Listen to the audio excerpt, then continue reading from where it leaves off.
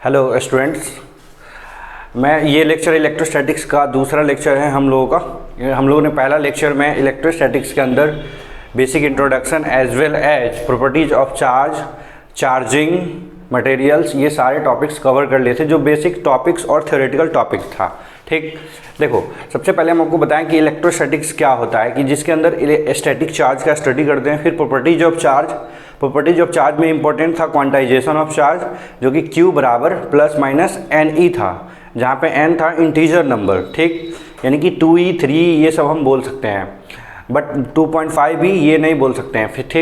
फिर उसके बाद quantization of charge, conservation of charge, addition of charge, invariation of charge, और अगर चार्ज रेस्ट में होगी तो वो अपने चारों तरफ इलेक्ट्रिक फील्ड प्रोड्यूस करेगी, और अगर चार्ज कांस्टेंट वेलोसिटी से मूव करेगी तो electric field as well as magnetic field, और अगर चार्ज एक्सेलरेटेड मोशन में मूव करेगी तो electric field, magnetic field plus electromagnetic wave produce करेगी। ठीक, ये चार्ज का बेसिक मतलब फंडामेंटल प्रॉपर्टीज था, ये हम आपको अप्रॉक्सीमेट सारा पॉइंट्स बता दिए थे। फिर उसके बाद बताएं कि मटेरियल्स कितने टाइप्स के होते हैं, तो कंडक्टर, सेमीकंडक्टर एंड इंसुलेटर। ठीक, कंडक्टर्स क्या होते हैं, जिसके अंदर से चार्ज फ्लो हो सकता है। ठीक, उसको हम कंडक्टर्स, इजीली फ्लो हो सकता है उसको कंडक्टर्स बोलते हैं। इंसुलेटर उसको बोलते हैं जिससे चार्ज का फ्लो होना इजीली पॉसिबल नहीं हो, उसको इंसुलेटर बोलते हैं। देन सेमीकंडक्टर, कंडक्टिविटी इस दोनों मटेरियल के बीच में लाई करेगा, यानी कि कंडक्टर और इंसुलेटर के बीच में जिसका कंडक्टिविटी लाई करेगा उसको हम सेमीकंडक्टर बोलेंगे। ठीक, फिर उसके बाद हम लोगों ने पढ़ा चार्जिंग। चार्जिंग क्या होता है, ट्रांसफर ऑफ चार्ज पार्टिकल्स, यानी कि transfer of electron from one object to another object या another matter is called charging. फिर चार्जिंग का टाइप्स पर है, तीन टाइप से, induction, friction and conduction. Charging by contact भी बोलते हैं कंडक्शन को। इस तीनों को हम लोग अच्छे से पढ़े थे, उसको सारे डिटेल्स में लिख भी लिए थे। उसके बाद है अपने पास आपसे क्वेश्चन भी पूछे थे कि charging involve transfer of mass, तो उसमें हमारा आंसर आया था यस, कैसे वो भी बताए थे। फिर इसके बाद का जो टॉपिक है अपने पास वो है कूलम्ब्स लॉ। ठीक, तो कूलम्ब्स लॉ हम लोग आज पढ़ेंगे इसका सारा, इसमें ये न्यूमेरिकल सेक्शन का अच्छा टॉपिक है। ठीक, इलेक्ट्रोस्टैटिक्स के अंदर तो इसको अच्छे से डील करेंगे। ठीक, ये बेसिक्स लॉ है, एक्सपेरिमेंटल लॉ है। इससे पहले कि अगर आप ये लेक्चर देखते हैं तो इससे पहले वाला लेक्चर देख लीजिएगा तो आपको ज़्यादा समझ में आएगा। दूसरी बात ये है कि एक कमेंट आया था, उसमें दिव्यानी पूछी है कि सर जो चार्ज इन्वेरिएंस है उसका क्या प्रूफ है, वो क्यों होता है ऐसा, कि जैसे मास इन्वेरिएंस है। देखो तो मास जो वेरिएंस है, मास यानी कि रिलेटिव क्वांटिटी है, तो मास का हमारे पास फॉर्मूला होता है m = m0 divide by √1 minus v² by c²। यहाँ पे आप सब लोग समझ रहे हैं, मूविंग मास हो गया, m भी क्या हुआ, मूविंग मास, यानी कि जब ऑब्जेक्ट मूव कर रहा है या जब पार्टिकल्स मूव कर रहा है तो उस टाइम उसका मास कितना होगा। m0 क्या होता है, रेस्ट मास। ठीक, v होता है वेलोसिटी ऑफ पार्टिकल्स और ऑब्जेक्ट्स। ठीक, और c आप लोग जानते हैं स्पीड ऑफ लाइट, और ये कितना होता है 3 लाख किलोमीटर पर सेकेंड। ठीक, तो इस तरह से हम रिलेटिव मास किसी भी ऑब्जेक्ट्स और पार्टिकल्स का कैलकुलेट कर सकते हैं। तो मास रिलेटिव क्वांटिटी है, एनर्जी भी रिलेटिव क्वांटिटी है। ठीक, एनर्जी भी रिलेट कर जाता है। उसके बाद वेवलेंथ भी रिलेटिव क्वांटिटी है, बट चार्ज जो है ना वो इनवेरिएंस, यानी कि चार्ज वेरी नहीं करता, वो रिलेटिव क्वांटिटी नहीं है, और इसका अभी तक फिजिक्स में कोई प्रूफ नहीं है। हाँ, थोड़ा मोड़ा है, जैसे इसमें आ जाता है लॉरेंज फैक्टर, जो कि आपको पढ़ना नहीं है, काफ़ी टफ चला जाता है, हाई में चला जाता है, इसके लिए ये आपको जानना नहीं है, बस सिर्फ इतना ही जानना है कि चार्ज वेरी नहीं करता है। ठीक, चलो तो हमारा जो हेडिंग है वो कूलम्ब्स लॉ है, तो कूलम्ब्स लॉ को हम लोग डील करते हैं। देखा जाए, इसको आप लोग छाप लीजिएगा, कूलम्ब्स लॉ। तो कूलम्ब्स एक साइंटिस्ट का नाम है, चार्ल्स अगस्टिन डी कूलम्ब। उन्होंने रूल दिया था, fundamental rule, basic rule, experimental. इसका जो रूल है वो एक्सपेरिमेंटल है। दैट मीन्स ये हुआ कि इन्होंने एक्सपेरिमेंट किए और जो इनके सामने रिजल्ट आया उस रिजल्ट को पब्लिश कर दिए, है ना। तो इसीलिए हम इसको एक्सपेरिमेंटल लॉ बोलते हैं। देखो ये क्या है, एक्चुअली ये जो रूल है ये 2 चार्ज के लिए बताया गया है, सिर्फ 2 और 2 चार्ज के लिए बताया गया, नॉट मोर देन 2 चार्ज के लिए। इनका कहना है कि अगर कोई 2 चार्ज Q1 और दूसरा चार्ज Q2 अगर r डिस्टेंस पे सेपरेटेड है, दो चार्ज Q1 एंड Q2 आपस में r डिस्टेंस पे सेपरेटेड है, तो इनके अकॉर्डिंग इलेक्ट्रोस्टैटिक फोर्स, इस दोनों चार्ज के बीच में जो लगने वाला फोर्स होगा वो directly proportional to product of two charges. इनके अकॉर्डिंग जो लगने वाला फोर्स होगा वो directly proportional to product of two charges, दोनों चार्ज का गुना, and inversely proportional to square of the distance between two charges, inversely proportional to the square of the distance between two charges. तो इनका ये जो force है, यानी कि इस दोनों चार्ज पार्टिकल के बीच में जो फोर्स लगने वाला होगा वो दो फैक्टर पे डिपेंड करेगा, यानी कि दोनों चार्ज के प्रोडक्ट पे और उसके बीच में जो डिस्टेंस होगा उसके स्क्वायर के इन्वर्सली प्रोपोर्शनल। ठीक। तीसरी बात, ये दो पॉइंट्स तो इन्होंने बताया एक्सपेरिमेंटल। तीसरी बात ये है कि इस दोनों चार्ज के बीच में जो लगने वाला फोर्स होगा, फोर्स एक वेक्टर क्वांटिटी है, तो फोर्स का जो डायरेक्शन होगा वो हमेशा इस लाइन के, यानी कि जो दो चार्ज के बीच के लाइन को ज्वाइन कर रहा है इस लाइन के अलोंग ही होगा, या इधर हो सकता है, इधर हो सकता है, और इस लाइन के बीच में भी हो सकता है। अब देखो, जैसे दोनों चार्ज अगर सेम नेचर का है, ये भी प्लस नेचर का, ये भी प्लस नेचर का, तो उस कंडीशन में आउटवर्ड डायरेक्शन में फोर्स लगेगी, क्योंकि प्लस प्लस एक दूसरे को रिपेल करेगी। Same nature charge repel each other and opposite nature charge attract each other. और अगर इसी में ये Q1 प्लस होता और Q2 माइनस होता तो इसके बीच में लगने वाला फोर्स ये इस डायरेक्शन में हो जाता, अंदर की तरफ। ठीक। लेकिन ऑलवेज इस लाइन के अलोंग ही होगी। तो कुलम्स ने कितने पॉइंट्स बताए थे हमारे पास? 3 पॉइंट्स बताए थे। फर्स्ट पॉइंट ये था कि इस दोनों चार्ज के बीच में लगने वाला force directly proportional to product of magnitude of two charges and is inversely proportional to square of the distance between two charges. And third one point is कि ये जो फोर्स होगा वो फोर्स दोनों चार्ज के लाइन ज्वाइनिंग के along ही होगा always. ठीक। ये 3 पॉइंट है हमारे पास। अब देखो जरा, इस दोनों को हम एक जगह इकट्ठा कर दे, दोनों इक्वेशन को। फ्रॉम इक्वेशन 1 and 2, इस दोनों इक्वेशन को एक जगह लिख ले तो वी एफ ई क्या बन जाएगा? एफ ई हो जाएगा Fe directly proportional to Q1 Q2 divide by are square, ये हो जाएगा। और आप सभी लोग जानते हैं कि प्रोपोर्शनल साइन हटाएंगे तो एक कांस्टेंट लेके आएंगे, तो इसके बदले में एक कांस्टेंट होता है K Q1 Q2 by are square. ठीक। तो ये हमारे पास एक फॉर्मूला हो गया कि electrostatic force is equal to K Q1 Q2 is equal to Fe electrostatic force equal to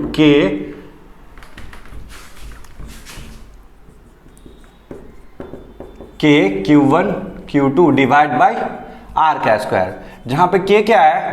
proportional constant है और किसी भी कांस्टेंट का कुछ ना कुछ वैल्यू होता है, तो इसका वैल्यू है 9 × 10⁹। आप इसका यूनिट भी कैलकुलेट कर सकते हो, तो यूनिट आएगा newton × metre square divide by coulomb square. ठीक। इसका यूनिट किसी स्टेट बोर्ड वाले एग्जाम में आपको पूछा जाता है। दूसरी बात, K का एक और वैल्यू होता है 1/4 पाई एप्सिलॉन नॉट। इसको क्या बोलते हैं? Epsilon not. This is called epsilon not, ये आपको याद रखना है, एप्सिलॉन नॉट। देखो अब 1/4 पाई एप्सिलॉन नॉट, इसी का जो वैल्यू है ये है। 4 × पाई का वैल्यू पता है, एप्सिलॉन नॉट का वैल्यू मुझे नहीं पता है, ये भी एक कांस्टेंट होता है। इसका वैल्यू होता है 8.854 × 10⁻⁻12 और coulomb square divide by newton × metre का स्क्वायर एप्सिलॉन नॉट का वैल्यू होता है। ये एप्सिलॉन नॉट होता क्या एक्चुअली? ये होता है परमिटिविटी ऑफ फ्री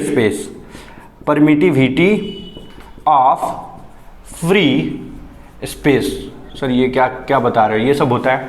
ठीक। हम इसको अच्छे से डील कर लिए तो आपको आई थिंक समझ में आ गया होगा कि कूलम्ब्स लॉ बेसिकली क्या है कि F = K Q1 Q2 by are square. Coulomb's law है कि दो चार्ज के बीच में लगने वाला फोर्स दोनों चार्ज के प्रोडक्ट के डायरेक्टली प्रोपोर्शनल और जो डिस्टेंस है उसके स्क्वायर के इन्वर्सली प्रोपोर्शनल। और तीसरी बात कि जो फोर्स होगा वो हमेशा इस लाइन के अलोंग ही लगेगी। ठीक। अच्छा, आप 11th क्लास में इसके सिमिलर जो चीज़ ये पढ़े हैं इसके सिमिलर एक और फॉर्मूला पढ़े होंगे ग्रेविटेशन में, उसका यहाँ भी यूज होता है, F G equal to G m1 m2 divide by are का स्क्वायर। एकदम सिमिलर फॉर्मूला। देखो यहाँ पे जो कांस्टेंट है जी, ग्रेविटेशनल कांस्टेंट, यहाँ पे है प्रोपोर्शनल कांस्टेंट के, यहाँ पे मास m1, यहाँ पे चार्ज q1, यहाँ पे मास m2, यहाँ पे चार्ज q2, डिस्टेंस तो सेम ही है। इसका कहना था, आप 11th क्लास में पढ़ेंगे कि दो मास पार्टिकल या दो मास ऑब्जेक्ट्स सर्टेन डिस्टेंस r पे सेपरेटेड है, तो उसके बीच में जो लगने वाला फोर्स होगा वो इसके भी प्रोडक्ट के directly proportional, inversely proportional to square of distance between two charges. तो यही चीज़ हमारे पास आता है। यहाँ पे जो g का वैल्यू है वो कितना होता है 6.67 इंटू 10⁻⁻11 न्यूटन मीटर स्क्वायर पर kg स्क्वायर। ठीक है, ये आप 11th क्लास में पढ़े हैं ग्रेविटेशन नाम के चैप्टर में। तो ये दोनों फॉर्मूला आपस में एनालॉगी भी है। ठीक, एनालॉगी भी है। एनालॉगी कहने का मतलब एकदम देखने में एकदम सेम जैसा है, बस यहाँ पे मास है, यहाँ पे चार्ज है। ठीक, तो आप इसको छापो, फिर इसका स्टेटमेंट हम आपको लिखवा देते हैं।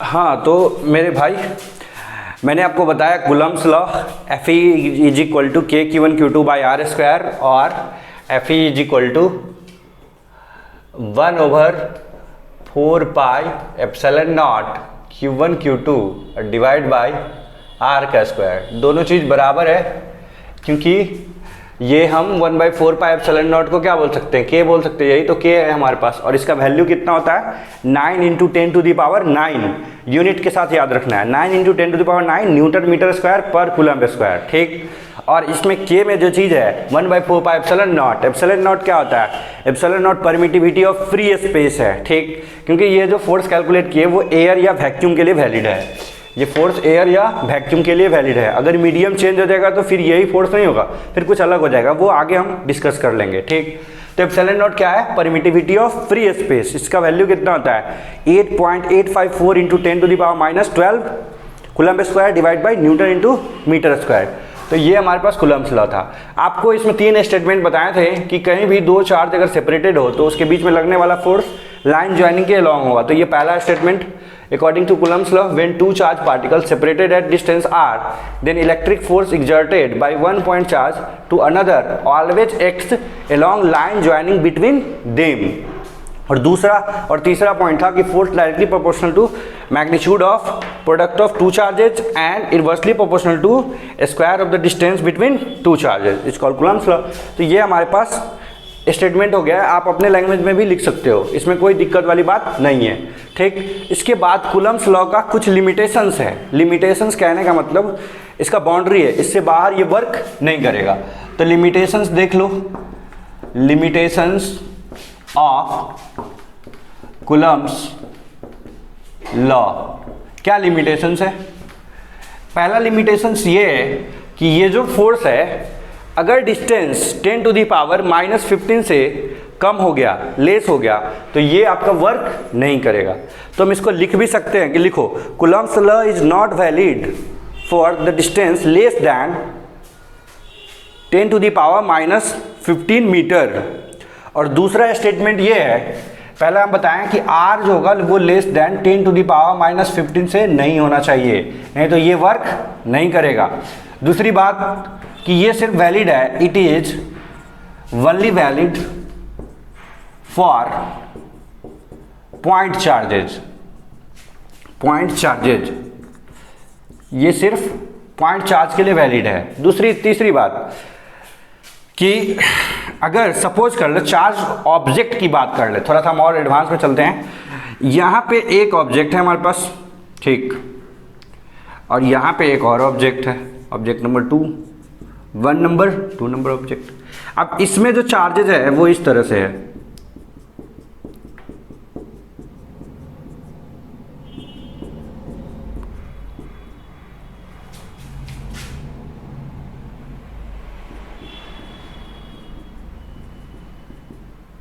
देखो इसमें क्या बता रहा है, यहाँ भी डिस्टेंस वही है। देखो सबसे पहली चीज़ कि हम आपको बताएं कि पॉइंट चार्ज के लिए वैलिड है, ऑब्जेक्ट के लिए वैलिड नहीं है। क्यों? क्योंकि जब भी ये ऑब्जेक्ट बन जाएगा तो यहाँ पे जो चार्ज का डिस्ट्रीब्यूशन है, चार्ज का जो डिस्ट्रीब्यूशन है वो देखो इतने सेक्टर में ज़्यादा है, इतने एरिया में क्या है, कम एरिया में ज़्यादा चार्ज है, और फिर ये वाले एरिया में कम चार्ज है। तो यहाँ का जो सेंटर ऑफ चार्ज होगा, जो सेंटर जैसे सेंटर ऑफ मास होता है ना, उस तरीके से सेंटर ऑफ चार्ज होगा, वो मुझे पता ही नहीं चल पाएगा। जब वो मुझे पता ही नहीं चलेगा तो हम डिस्टेंस कहाँ से कैलकुलेट करेंगे? वेर इज द डिस्टेंस, कहाँ से डिस्टेंस हम कैलकुलेट करेंगे कि आर डिस्टेंस फलाना चिलाना। तो जब हम डिस्टेंस नहीं पता कर पाएंगे तो कूलम्ब्स लॉ वैलिड नहीं होगा। तो अगर ऑब्जेक्ट के बीच में हम ये लगाएंगे ऑब्जेक्ट, और एक पॉइंट और है कि किसी भी ऑब्जेक्ट को या पार्टिकल्स, ऑब्जेक्ट को हम पार्टिकल्स कब मानते हैं? जब उसका जो रेडियस है वो डिस्टेंस से, जैसे ये हमारे पास एक ऑब्जेक्ट है, ठीक, और इसका रेडियस है ये r = 1 मीटर, और यहाँ पे है ये है, तो इस दोनों के बीच का जो डिस्टेंस है वो अगर 2 मीटर हो जाए तो ये पॉइंट की तरह बिहेव करेगा, क्योंकि इसका रेडियस कितना है 1 मीटर। लेकिन अगर बोले हम कि डिस्टेंस 0.5 मीटर है तो this is not a point charge या पॉइंट ऑब्जेक्ट, ठीक। तो समझ रहे होंगे आई थिंक मेरी बात को, कि रेडियस जो है वो डिस्टेंस से छोटा ही होना चाहिए, तभी हम पॉइंट ऑब्जेक्ट या पॉइंट चार्ज ट्रीट कर सकते हैं, अदरवाइज नहीं ट्रीट कर सकते हैं। तो कूलम्ब्स लॉ हम लोग सीख लिए और उसका लिमिटेशन सीख लिए। दूसरी बात ये है, नेक्स्ट पॉइंट हमारे पास, कूलम्ब्स लॉ को हम वेक्टर फॉर्म में कैसे रिप्रेजेंट करते हैं। तो ये हम नेक्स्ट पॉइंट देखते हैं, तब तक आप लोग इसको छापिए।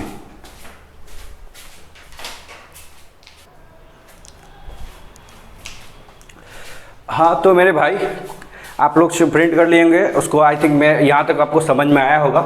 आगे हम देखते हैं वेक्टर फॉर्म में कूलम्ब्स लॉ, क्योंकि फोर्स एक वेक्टर क्वांटिटी है तो उसका वेक्टर, उसका डायरेक्शन किस तरफ होगा ये आपको बताना होगा कि किस तरफ डायरेक्शन होगा। तो उसको हम देखते हैं, जरा देखो। सपोज कर लो कि हमारे पास एक पॉइंट चार्ज Q1 वो यहाँ है, ठीक, और दूसरा पॉइंट चार्ज Q2 वो यहाँ है। एक पॉइंट चार्ज Q1 यहाँ है और दूसरा पॉइंट चार्ज Q2 वो यहाँ है, ठीक, और इस दोनों के बीच में सेंटर टू सेंटर डिस्टेंस कितना है? r है। दोनों पॉइंट चार्ज है तो डिस्टेंस दोनों के बीच में r है। अच्छा बताइए, इसके बीच में लगने वाला फोर्स इस लाइन के अलोंग होगा और इस लाइन के अलोंग हो सकता है, या इस पे हो, मतलब कि लाइन पे ही होगा ऑलवेज, ठीक। तो हमको बताया इसका वेक्टर फॉर्म क्या होगा, ठीक। तो देखो, कभी किसी का वेक्टर फॉर्म तो इसके एक हम कार्टेशियन कोऑर्डिनेट सिस्टम ड्रॉ कर लेते हैं, ठीक।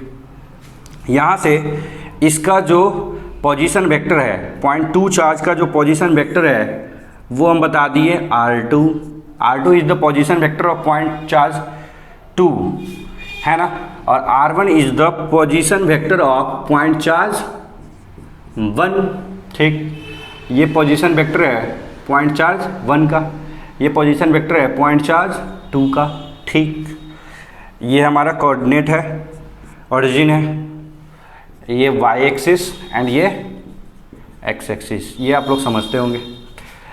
अब देखो, जो हमारे पास कोऑर्डिनेट हम लिख लिए सबको, हम वेक्टर को थोड़ा याद करेंगे 11th की क्लास से, ये अगर याद होगा तो आपको, आप यहाँ पे जो इसको हम इस तरफ मान लेते हैं, तो ये वाला जो पॉइंट है हम यहाँ पे लिख सकते हैं कि r1 वेक्टर और प्लस का r वेक्टर, देखो टेल हेड, ये r वेक्टर का टेल यहाँ पे और इसका हेड, और r2 वेक्टर का यहाँ पे टेल और यहाँ पे हेड, तो हेड हेड मैच कर गया, टेल टेल मैच कर गया।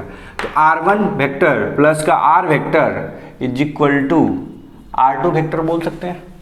तो हमको तो चाहिए r वेक्टर, हमको तो चाहिए क्या vector? r vector. r vector equal to बोल सकते हैं r2 वेक्टर माइनस का r1 वेक्टर। तो ये हमारे पास आ गया, r वेक्टर आ गया। लेकिन सिर्फ r वेक्टर से काम नहीं चलने वाला, क्योंकि डायरेक्शन के लिए हम कौन सा वेक्टर यूज करते हैं? 11th क्लास में हम लोग पढ़े हैं, कौन सा वेक्टर? Unit vector. तो r वेक्टर का यूनिट वेक्टर, और किसी वेक्टर का यूनिट वेक्टर कैसे कैलकुलेट कर सकते हैं? उस वेक्टर को उसके मैग्नीट्यूड से डिवाइड कर देंगे तो हमको क्या मिल जाएगा? यूनिट वेक्टर उसका मिल जाएगा। तो सबसे पहली बात ये है कि हमारे पास जो फोर्स है वो फोर्स लिखना चाहिए। फोर्स क्या है अपने पास? Fe, हम के ही लिखेंगे, हम 1/4πε0 कम लिखेंगे, के Q1 Q2 divide by r², इतना जानते हैं। इसमें नो डायरेक्शन, डायरेक्शन का कोई चर्चा अभी नहीं है। लेकिन अगर हम चाहते हैं कि इस डायरेक्शन को हम लगाएं तो क्या करना होगा मुझे? इसके लिए इसके साथ इसका r वेक्टर का डायरेक्शन किस तरफ होगा? Unit vector r cap, unit vector को कैप से डिनोट करते हैं। This vector r divide by इसका मैग्नीट्यूड, ठीक। तो अब वेक्टर आर क्या है, R2 माइनस का R1 divide by R2 minus का R1 का मैग्नीट्यूड, ठीक। ये तो आ गया हमारे पास। अब यहाँ पे जो ये हम फॉर्मूला लिखे हैं उसमें लिख सकते हैं KQ1। अगर हम इसको वेक्टर फॉर्म में लिखें, ये तो कूलम्स लॉ हमारे पास इस फॉर्म में है। यहाँ पे हम कहाँ पे लिखें, कूलम्स लॉ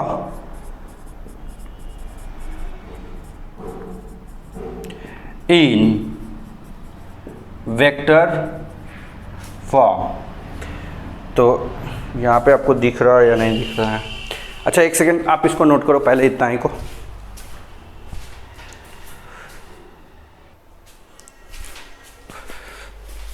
हाँ, तो Coulomb's law in vector form में अगर लिखना है मुझे, तो यूनिट वेक्टर हम इसका निकाल चुके हैं। तो अब क्या करेंगे हम, यहाँ पे आ जाओ, यहाँ पे देख लेते हैं आगे करके। यहाँ पे हम क्या करेंगे कि जो हमारे पास कूलम्स लॉ है, F equal to K Q1 Q2, sorry, F equal to K Q1 Q2 divide by R square into unit vector, unit vector का मैग्नीट्यूड कितना होता है, 1। तो 1 मल्टीप्लाई करने से कोई फर्क नहीं पड़ेगा। तो हम यहाँ पे लिख सकते हैं के Q1 Q2 divide by R square into unit vector, देखो यहाँ पे कैलकुलेट किए हैं, R2 minus R1 divide by R2 minus R1 का मैग्नीट्यूड, ठीक। अच्छा, के ये जो है अपने पास F equal to K Q1 Q2 divide by R square. R vector को क्या लिखे हैं, R2 माइनस R1, तो यहाँ पे लिख सकते हैं R2 माइनस R1 का स्क्वायर, मैग्नीट्यूड वाइज है, into R2 minus R1 vector divide by R2 minus R1। तो ये क्या हो जाएगा बंधु मेरे, क्यूब हो जाएगा।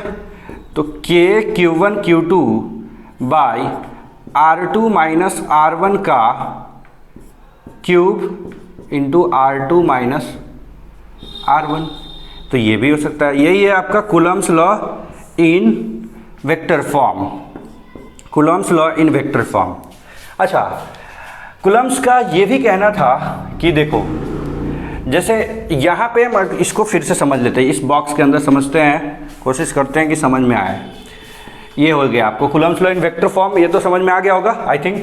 हम इसको फिर से रिपीट कर देते हैं। पहले हम क्या करेंगे, यूनिट वेक्टर कैलकुलेट कर लेंगे। यूनिट वेक्टर होता है दैट वेक्टर डिवाइड बाय उसका मैग्नीट्यूड।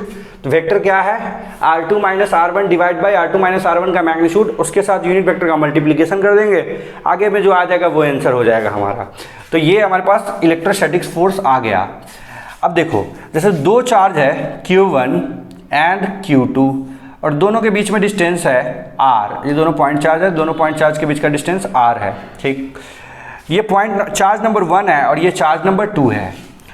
तो इसके चार्ज नंबर 1 जो है, इसके ऊपर अगर ये दोनों सेम नेचर का है, प्लस प्लस है, तो चार्ज नंबर 1 चार्ज नंबर 2 के ऊपर फोर्स लगा रहा होगा इस डायरेक्शन में, ठीक।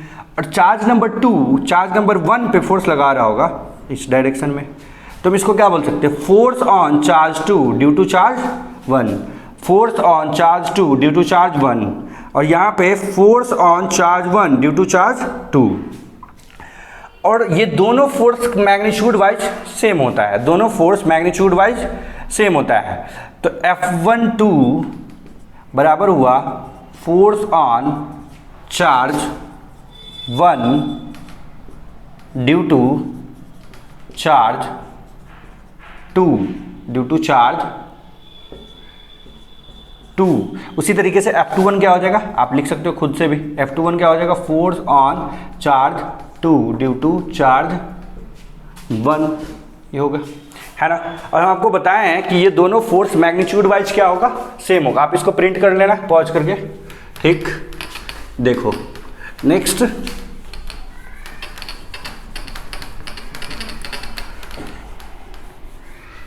इतने ही में समझ लेते हैं फिलहाल। हाँ, तो हम आपको बताएं यहाँ से कि F12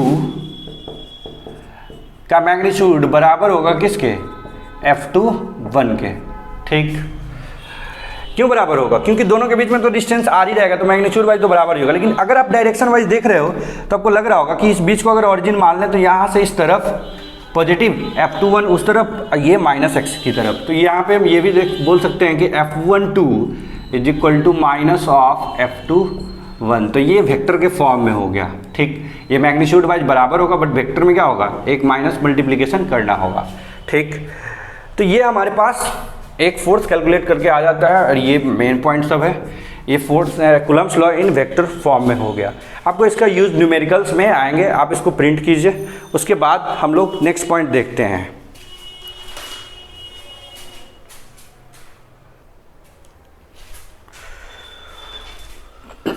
हाँ, तो मेरे दोस्त नेक्स्ट है हमारा, हम कूलम्ब्स लॉ देख लिए हैं वेक्टर फॉर्म में और जनरल फॉर्म में, दोनों फॉर्म में चेक कर लिए।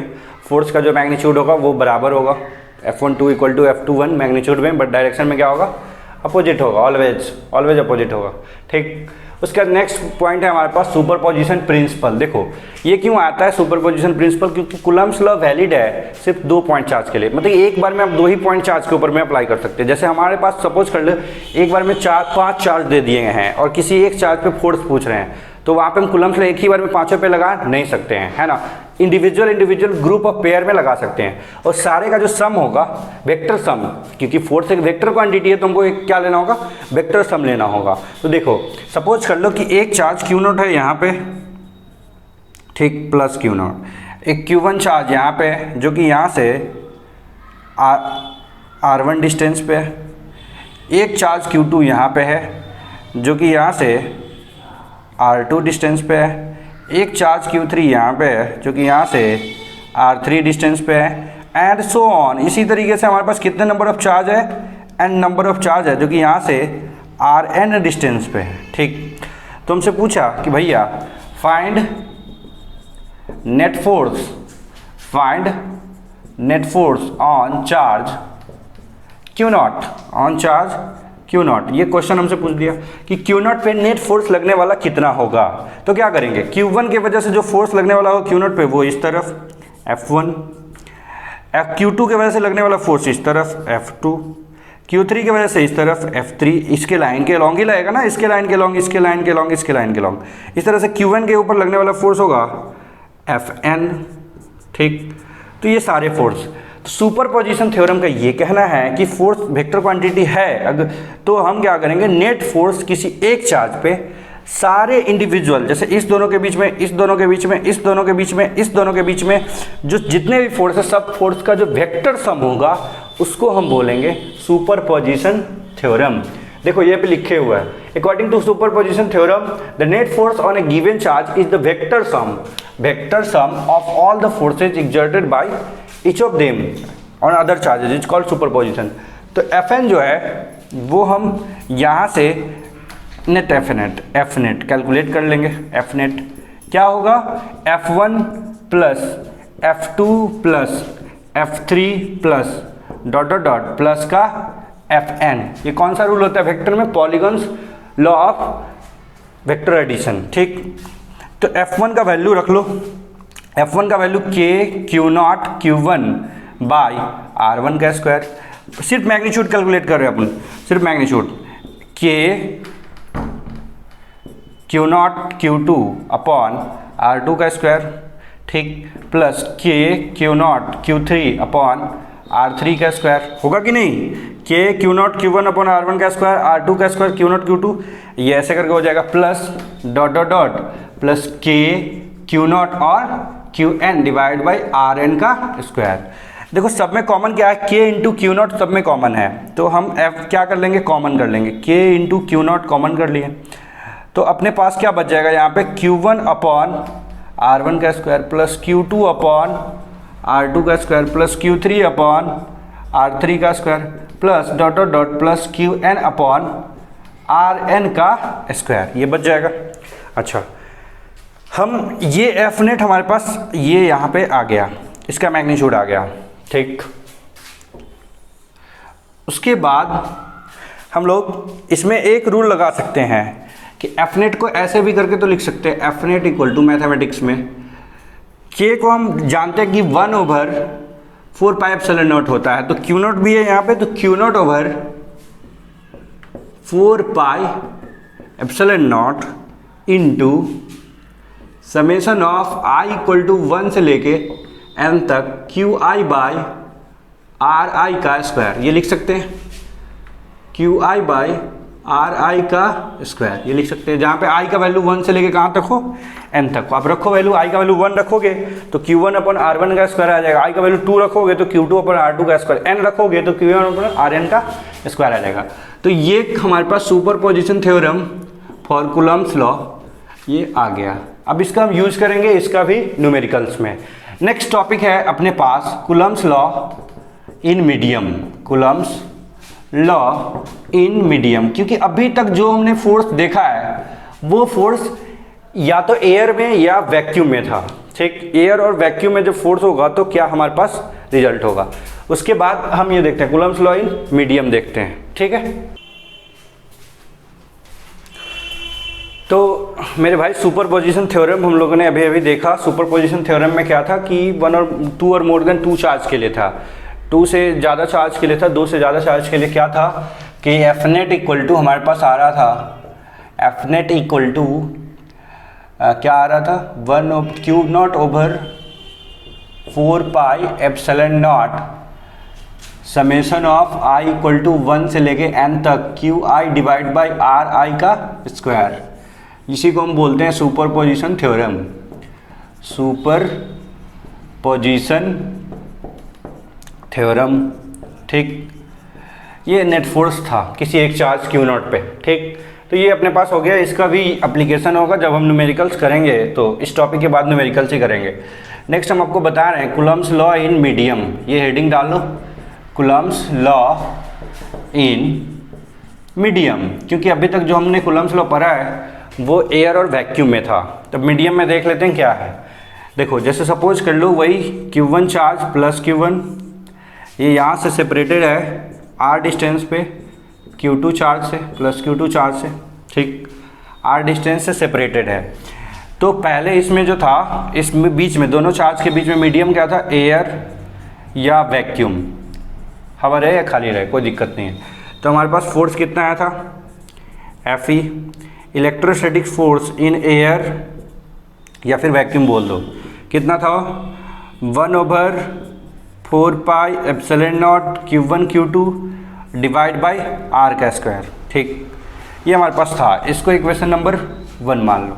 अब क्या कर दो, इस पूरे सिस्टम को उठा के सिर्फ एयर और वैक्यूम को हटा दो, सेम चीज़ Q1 charge plus Q1 distance वही सेम R प्लस Q2, और यहाँ पे हम कोई मीडियम ले लेते हैं, ठीक, कोई मीडियम ले लिए, ठीक, कोई भी मीडियम, वो ऑयल भी हो सकता है, पेपर भी हो सकता है, ग्लास भी हो सकता है, कुछ भी हो सकता है, कोई भी मीडियम, बस एयर नहीं होगा, ठीक।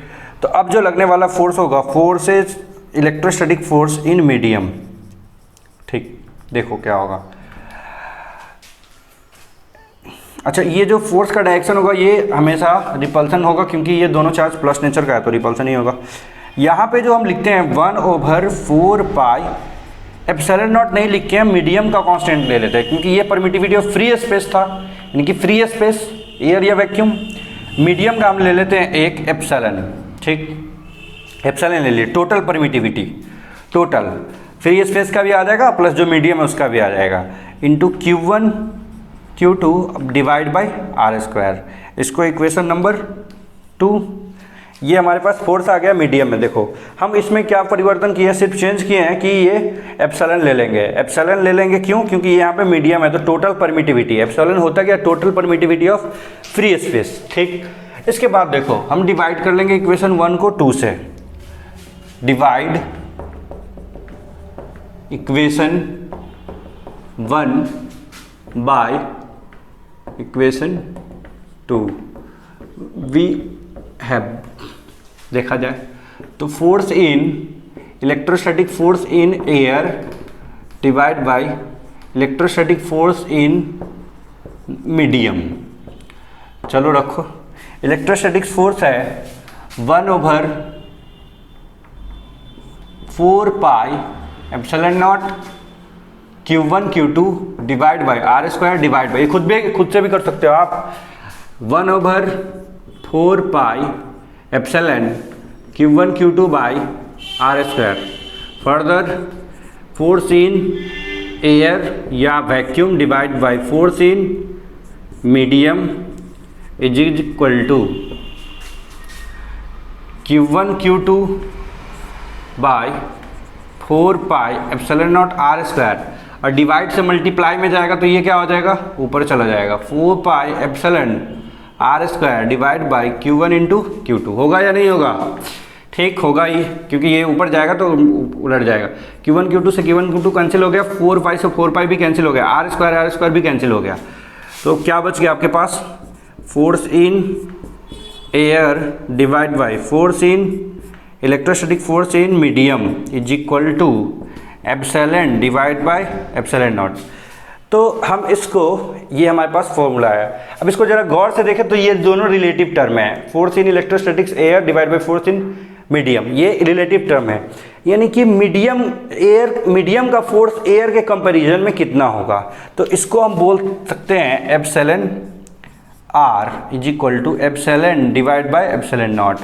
अब इसको क्रॉस मल्टीप्लिकेशन कर दो। एप्सिलॉन आर का मतलब क्या होता है, रिलेटिव परमिटिविटी। हम तो सबका नाम लिख देंगे एक एक करके, क्रॉस मल्टीप्लिकेशन करो तो epsilon equal to epsilon naught into epsilon r. होगा या नहीं होगा? होगा ही होगा। तो एक फॉर्मूला हमारे पास ये आया।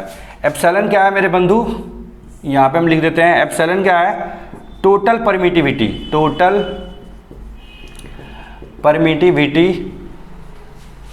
Permittivity of medium. ये एप्सिलॉन नॉट आप लोग जानते ही हैं, total permittivity of free space, total permittivity of free space, ठीक। और ये एप्सिलॉन आर क्या है, r for relative, r for relative, आपके सगे संबंधी, नॉट रिलेटिव परमिटिविटी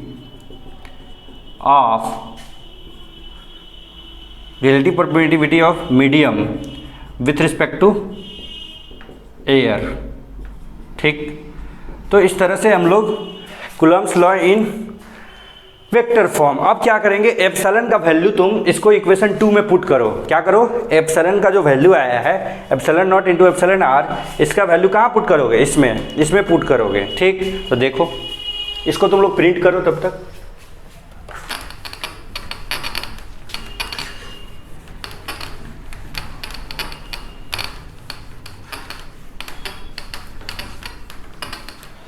देखा जाए तो now put the value of epsilon total permittivity in equation 2 we have. तो अपने पास फोर्स इन मीडियम में कितना फोर्स होगा, क्या आएगा, 1/4 पाई एप्सिलॉन है ना यहाँ पे, तो एप्सिलॉन का वैल्यू कितना है, epsilon naught into epsilon R और into Q1 Q2 divide by are का स्क्वायर। यहाँ पे जो आ रहा है एप्सिलॉन आर है, ये साथ में है, जैसे एप्सिलॉन नॉट है उस तरह से एप्सिलॉन आर होता है, ठीक। तो ये हमारे पास मेन फॉर्मूला बन गया। ये आप हर जगह यूज कर सकते हैं, एयर में भी यूज कर सकते हैं, कहीं भी यूज कर सकते हैं, ऑल ओवर। कूलम्ब्स लॉ में दो चार्ज के बीच में फोर्स कैलकुलेट करने के लिए ऑलवेज हम ये फॉर्मूला यूज कर सकते हैं, ठीक। तो आपके बीच में ये आ गया। देखो नेक्स्ट है कि सपोज कर लो कि यहाँ पे हमको देखना है कि एयर के बीच में क्या होता है, कि दो चार्ज अगर एयर में हो तो उसमें हमारे पास कैसे फॉर्मूला आता है, 1/4 pi epsilon naught Q1 Q2 by are square. इसके लिए क्योंकि रिलेटिव परमिटिविटी एप्सिलॉन आर का वैल्यू 1 होता है, किसके लिए, फॉर एयर या वैक्यूम। तो जब ये रिलेटिव परमिटिविटी का वैल्यू जब 1 होगा एयर या वैक्यूम के लिए, तो यहाँ पे 1 पुट कर दोगे। तो एयर के लिए कैलकुलेट करोगे या वैक्यूम के लिए, तो यहाँ पे कितना पुट करोगे, 1। तो Fe इन एयर, क्योंकि एयर के लिए कैलकुलेट कर रहे हैं, एयर में जब रहेगा तो 1/4 पाई एप्सिलॉन नॉट और इसका value 1 Q1 Q2 by are square. तो इसमें डाउट आपको नहीं होना चाहिए। आई थिंक हम क्या किए, हम कूलम्ब्स लॉ को मीडियम में चेक करने के लिए क्या किए, पहले force in air or vacuum जो निकला हुआ था उसको लिख लिए, वो इक्वेशन नंबर 1 था। उसके बाद फोर्स इन मीडियम निकाले, उसमें हम जो परमिटिविटी था उसको चेंज करके टोटल परमिटिविटी ले लिए। फिर दोनों को डिवाइड करते, तो डिवाइड करने के बाद ये रिलेटिव टर्म आता है, तो रिलेटिव टर्म को हम एप्सिलॉन आर से रिप्लेस कर देते हैं। ठीक, तो हमारे पास ये नेट फॉर्मूला आ गया। इस तरह से आपका कूलम्ब्स लॉ भी इंड हो जाता है, इसका थ्योरी इंड हो गया। अब इस पे बेस्ड हमको न्यूमेरिकल करना है।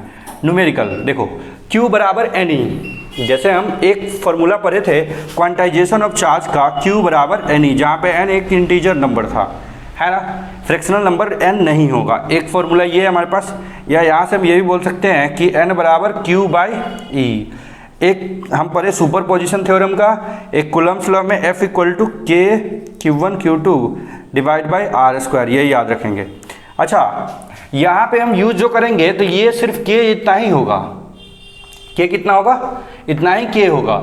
ये एप्सिलॉन आर का वैल्यू हमको क्वेश्चन में दिया हुआ रहेगा कि अगर OR यूज कर रहे हैं तो उसके लिए एप्सिलॉन आर का वैल्यू 3 है या 5 है, जो भी होगा वो डाटा हमको दिया हुआ रहेगा। ठीक, तो इसका ये मतलब नहीं होगा कि टोटल का वैल्यू 9 × 10⁹ रख देंगे हम, फिर गड़बड़ हो जाएगा हमारे पास, फिर हम गलत बना लेंगे। ठीक, तो इस बात को मुझे ख्याल रखना है कि ऐसा नहीं हो। ठीक, ओके, तो आप इसको प्रिंट करो, तब तक हम देखते हैं आगे।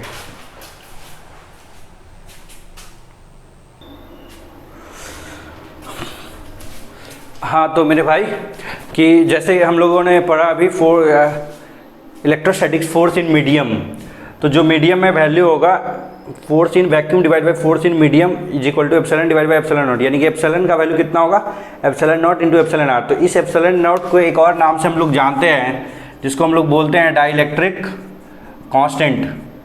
डाइलेक्ट्रिक कांस्टेंट के नाम से भी जानते हैं। तो डाइलेक्ट्रिक कांस्टेंट हुआ क्या, यहाँ से तुम कैलकुलेट किए तो ये कितना आया था तुम्हारे पास, epsilon equal to epsilon naught into epsilon R, cross multiplication करने के बाद आया था।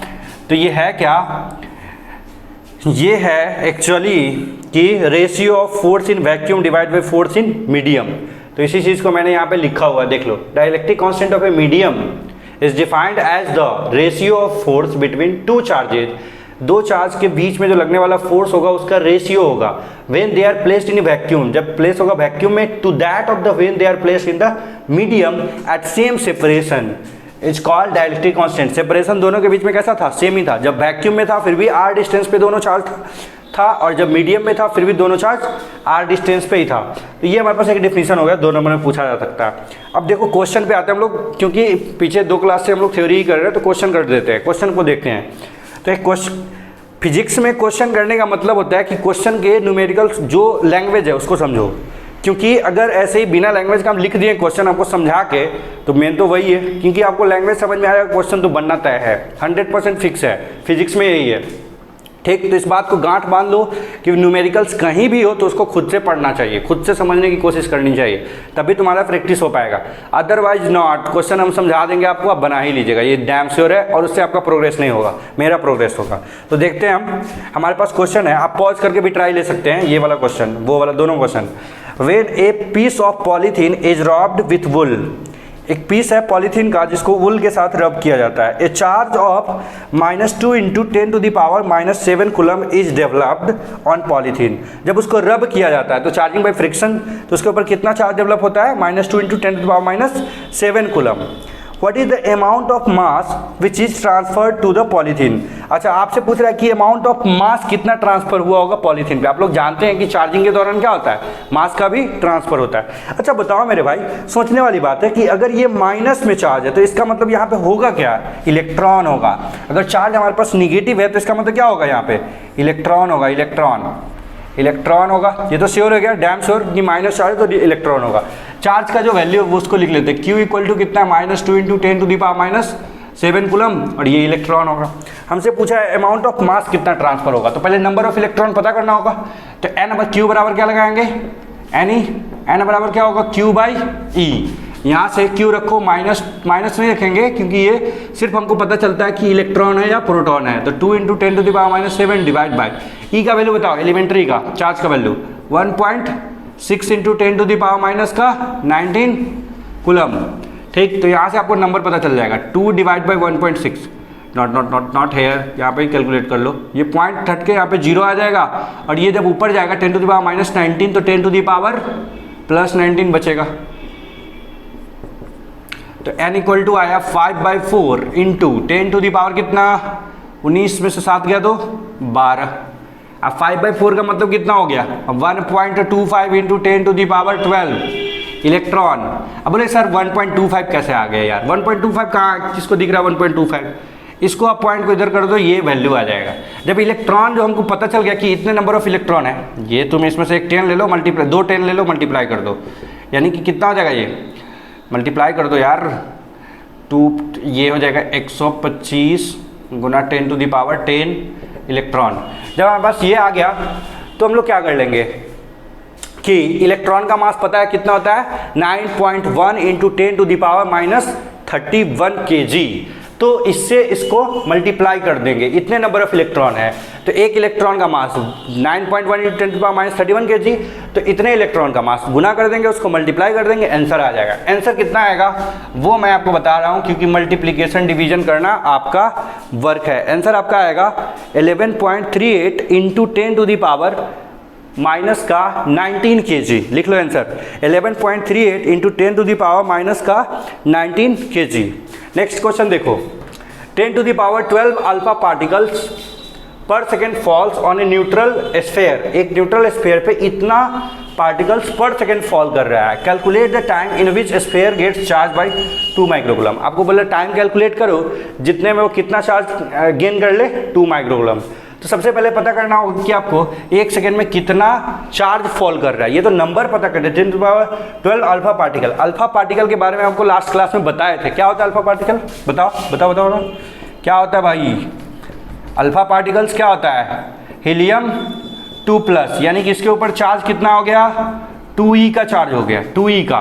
तो 10 टू द पावर 12, तो यहाँ पे चार्ज कितना हो जाएगा, Q equal to 2e into 10 to the power 12, ये हो गया ठीक। तो e का वैल्यू रख दो अब, 2 गुना 1.6 into 10 to the power -19 into 10 to the power 12, तो कितना होगा 3.2 into 10 to the power -7 coulomb. ये चार्ज हो गया। ये क्या है, पर सेकेंड फॉल हो रहा है, पर second coulomb per second fall हो रहा है। तो हमको चार्ज पता चल गया। अब नेट चार्ज यहाँ पर 2 माइक्रोकूलम है, तो 2 माइक्रोकूलम एक चार्ज दिया हुआ जो गेन करना है और इतना पर सेकेंड हो रहा है, तो आपके पास टाइम नहीं आ जाएगा। टाइम कितना होगा, सीधे सीधे हम डिवाइड कर देंगे तो टाइम का वैल्यू हमको पता चल जाएगा। 2 microcoulomb equal to 2 into 10 to the power -6 coulomb divide by this value, तो आपको टाइम पता चल जाएगा। देखो 3.2 into 10 to the power -7 coulomb per second, तो ये सेकेंड ऊपर चला जाएगा। तो यहाँ से टाइम का वैल्यू कितना आएगा, टाइम का वैल्यू आएगा 6.25 सेकेंड। आंसर भी लिख लो, टाइम का वैल्यू आएगा 6.25 सेकेंड, ये आंसर होगा आपका। ओके, तो इस तरह से हमारे पास 2 क्वेश्चन हुआ, आप इसको नोट करो।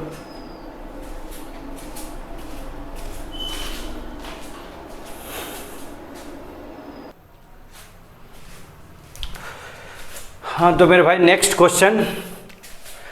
क्वेश्चन क्या है, देखो आपको पॉज करके ट्राई करना है, खुद से समझना है, पहले नहीं समझ में आया देन यहाँ पे आना है, ठीक, नहीं तो मेरा प्रैक्टिस होगा तुम्हारा नहीं। देखो इधर सॉल्यूशन बोला, if the distance between 2 equal point charge is doubled, if the distance between 2 equal point charge is doubled and their individual charges are also double, then what would happen to the force between them. बोल रहा है कि अगर आपने पहले ये charge रखा है Q1 Q2 और दोनों के बीच का डिस्टेंस जो है वो R है शुरू में इनिशियल, ठीक, तो यहाँ पे फोर्स कितना होगा, F बराबर K Q1 Q2 by R square, सब लोग जानते हैं यही होगा सर। बोले क्वेश्चन में if the distance between 2 equal point charges is double, distance को कितना कर देना है, R को अब 2R कर देना है। चलो भाई डिस्टेंस को हम बढ़ा के 2R कर दिए, तो Q2 यहाँ शिफ्ट हो गया और Q1 अपना यहाँ शिफ्ट हो गया, ठीक। उसके बाद and charges and individual charges are also double, अच्छा जो चार्ज था उसको भी डबल कर देना है, तो इसको 2Q1 और इसको 2Q2। तो फोर्स पे, तो what would happen to the force between them, क्या होगा फोर्स पे, क्या होगा, तो फोर्स कितना लिखेंगे यहाँ पे, K इंटू चार्ज का वैल्यू 2Q1 इंटू इस चार्ज का value 2Q2 into divide by R का स्क्वायर, तो 2R का स्क्वायर, ठीक। तो देखो 2 इंटू 2 4 हो जाएगा, 4k⁴ डिवाइड बाई 4r²। 4 से 4 कैंसिल हो गया, तो ये कितना बच गया, k⁴ बाई r²। तो हम देख रहे हैं कि यहाँ भी वही फोर्स है, यहाँ भी वही फोर्स है, तो फोर्स क्या रहेगा, सेम। तो यहाँ पे लिखेंगे फोर्स रिमेंस सेम। यानी कि मुझे ये समझ में आया कि अगर एक ही क्वेश्चन में हम सब पैरामीटर्स को डबल, ट्रिपल, फोरपल जो भी कर दे, कितना भी टाइम्स कर दे, फोर्स क्या रहेगा, सेम ही रहेगा। ठीक, तो ये क्वेश्चन है अपना, अच्छा क्वेश्चन है।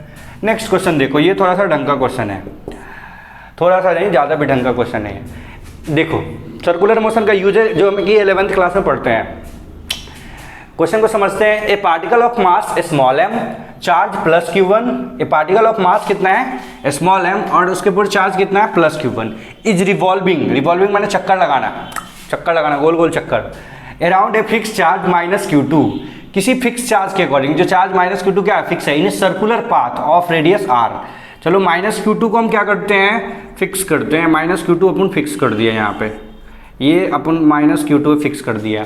इसमें q1 चार्ज रिवॉल्व कर रहा है, जिसका रेडियस कितना है, r है, ये चार्ज रिवॉल्व कर रहा है, दैट मीन्स ये चार्ज इसके चारों तरफ घूम रहा है। ठीक, जैसे अर्थ सन की तरफ घूमता है, या आप मंदिर के चारों तरफ घूमते हैं, उस तरह से ये घूम रहा है r रेडियस पे। ठीक, तुमसे पूछा है ना calculate the time period of revolution, तो इसको एक चक्कर लगाने में कितना टाइम लगता होगा, ये आपसे पूछा है। ठीक, अच्छा बताओ मेरे बंधु, इलेक्ट्रोस्टैटिक्स का क्वेश्चन है, पहले फोर्स बताओ कितना होगा। यहाँ पे फोर्स कहीं भी ये रहेगा तो डिस्टेंस कितना रहेगा, r ही रहेगा, तो फोर्स लिख सकते हैं k into q1 q2 by r²। ये फोर्स तो लिख दिए। अब k का वैल्यू अपना अपन पुट कर देंगे यहाँ पे 1/4πε0 q1 q2 बाई r²। चलो ये फोर्स का वैल्यू मुझे पता चल गया है। अच्छा, अब सोचो कि अगर ये सर्कुलर पाथ पे रिवॉल्व कर रहा है, सर्कुलर पाथ पे रिवॉल्व कर रहा है, तो इसके ऊपर एक एक्सेलरेशन होगा सर्कुलर मोशन का, सेंट्रीपिटल एक्सेलरेशन। ठीक, अल्फा, एंगुलर एक्सेलरेशन होगा अल्फा। तो एंगुलर एक्सेलरेशन का क्या फॉर्मूला होता है, आप सर्कुलर मोशन से देखो, सर्कुलर मोशन को याद करो, एंगुलर एक्सेलरेशन का क्या फॉर्मूला होता है, alpha equal to r into ω² होता है या नहीं होता है, जहाँ पे ओमेगा क्या होता है, angular velocity, alpha equal to r ω² होता है। ये सर्कुलर मोशन में आप पढ़े नहीं पढ़े तो आप याद कीजिए उसको। अच्छा, ओमेगा क्या होगा, ओमेगा होगा 2π/t होगा। टोटल इसको डिस्प्लेसमेंट डिस्टेंस कितना कवर करना है, 2π, एंगल में angular distance divide by time, ये एंगुलर वेलोसिटी है, तो एंगल में कितना कवर करना है, 2π, कितने टाइम, मान लिया अपन t टाइम लग रहा है। चलो इसको पुट करो, तो अल्फा कितना हो जाएगा, r इंटू 2π/t²। ठीक, ये पूरे का होल स्क्वायर हो जाएगा, तो ये अपन के पास कितना आ जाएगा, 4π² इंटू r², 4π² इंटू r², ये अल्फा आ गया। अच्छा, अभी जो ये फोर्स है अपने पास, ये जो फोर्स है, force k⁴ q2 by r², हम ये लिख सकते हैं क्या, फोर्स बराबर मास इंटू एक्सेलरेशन। उसको यहाँ पे देखते हैं, देखो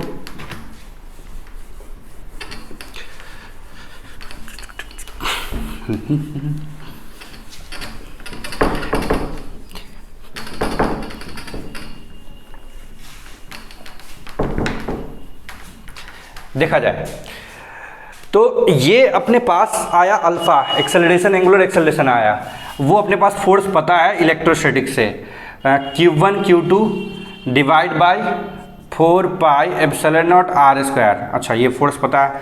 इस फोर्स बराबर हम लिख सकते हैं मास गुना एक्सेलरेशन, लिख सकते हैं या नहीं लिख सकते, एकदम लिख सकते, बेशक मास गुना एक्सेलरेशन, चाहे एंगुलर एक्सेलरेशन लिखो, जो भी लिखो, acceleration.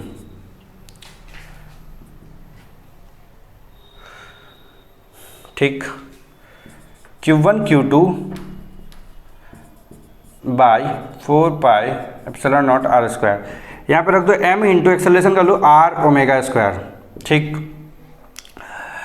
q1 q2 by 4πε0 r², सबका वैल्यू पुट कर लो, तुम्हारे यहाँ से टाइम पीरियड मिल जाएगा। r⍵² का वैल्यू आपको पता है 4π² r²/2t² आया था हमारे पास, अल्फा का वैल्यू आया था ना वहाँ पे, ये यहाँ पे अल्फा का वैल्यू आया है, यहाँ पे आप टाइम पुट कर लो, ये टाइम का आंसर आएगा आपके पास finally t equal to 4 pi R into under root of pi epsilon naught M R divide by Q1 Q2 ये आंसर आएगा टाइम पीरियड का। ये आंसर आपको आ जाएगा टाइम पीरियड का। ठीक, यहाँ से एम आर ओमेगा स्क्वायर है, यहाँ पे आप ओमेगा स्क्वायर का वैल्यू 2π/t रख दोगे। ये आगे आप कैलकुलेट कर लोगे, m into are into 2π/t का स्क्वायर कितना हो जाएगा 4π²/t²। तो t स्क्वायर आया तो रूट में ही आएगा Q1 Q2 बाई 4πε0r²। ठीक, तो यहाँ से आपके पास t का वैल्यू ये आ जाएगा। ये आंसर हो गया। ठीक, इस तरह से ये क्वेश्चन हो गया हमारे पास। 2-3 क्वेश्चन अच्छे। फिर उसके बाद आपको मैंने आपको होमवर्क दे रहा हूँ कि सपोज कर लो कि अपने पास एक इलेक्ट्रॉन है, यहाँ पे ये इलेक्ट्रॉन है, एक इलेक्ट्रॉन यहाँ पे है। इस दोनों के बीच का सेपरेशन 1 मीटर है। दोनों के बीच का सेपरेशन कितना है 1 मीटर है। तो इलेक्ट्रॉन के पास मास भी होता है, तो m मास मान लो, इसका भी मास मान लो, जो भी मास होगा इसका वैल्यू आपको पता है 9.1 × 10⁻³ kg, और चार्ज का वैल्यू पता है, E का वैल्यू 1.6। तो यहाँ से आपको निकालना है इलेक्ट्रोस्टैटिक फोर्स Fe। ये पहले कैलकुलेट करना है कितना होगा। ठीक, क्वेश्चन नंबर ए, क्या समझे? 2 इलेक्ट्रॉन 1 मीटर के डिस्टेंस पे सेपरेटेड है, तो उसके बीच में जो इलेक्ट्रोस्टैटिक फोर्स लग रहा होगा वो कैलकुलेट करना है, क्वेश्चन मार्क। और दूसरा बी में कैलकुलेट करना है आपको Fg, ग्रेविटेशनल फोर्स, क्योंकि दोनों के बीच में मास भी है तो ग्रेविटेशनल फोर्स भी एक्ट कर रहा होगा, तो वो भी कैलकुलेट करना है। फिर सी में कैलकुलेट करना है Fe/Fg का रेशियो कितना आएगा, अप्रॉक्सीमेट रेशियो कैलकुलेट करके लाना है। तो इसमें एक क्वेश्चन के अंदर 3 क्वेश्चन है, ये आपको कैलकुलेट करके घर से लाना है, आपको बनाना है, ट्राई करना है। इस क्वेश्चन को ढंग से समझिएगा। आज के लिए इतना ही पढ़ेंगे हम। आप इसको रिवीजन करते रहिए बार। दूसरी बात, SC वर्मा से आप क्वेश्चन बना सकते हैं, NCERT से भी क्वेश्चन बना सकते हैं। कोई भी बुक, जो भी बुक आपके पास है, उस एक बुक को फॉलो कीजिए रेफरेंस से, और उसको क्वेश्चन आप बना सकते हैं। इसको बार इस जितना भी आप क्लास 2 लेक्चर में पढ़े हैं उस सबको रिवीजन करते रहिए। फिर नेक्स्ट क्लास में हम क्वेश्चन ही करेंगे, अच्छे लेवल के क्वेश्चन करेंगे जो एंट्रांस एग्जाम में आए वो भी। और अगर आपको कोई क्वेश्चन में डाउट हो रहा है तो आप जो हमारा कमेंट बॉक्स है उसमें जाके वो क्वेश्चन प्रिंट करो, मैं उसका आपको नेक्स्ट क्लास में आंसर बता दूंगा। जो भी सॉल्यूशन होगा उसको आपको मैं समझा दूंगा। ठीक, तब तक के लिए धन्यवाद। और चैनल को ज़्यादा से ज़्यादा शेयर करो, सब्सक्राइब करो जो हमारा वीडियो है उसको। ठीक, ज़्यादा से ज़्यादा जो भी दोस्त आपके इस लॉकडाउन में हैं वो वहाँ पे पढ़ सकें। ठीक, तब तक के लिए धन्यवाद।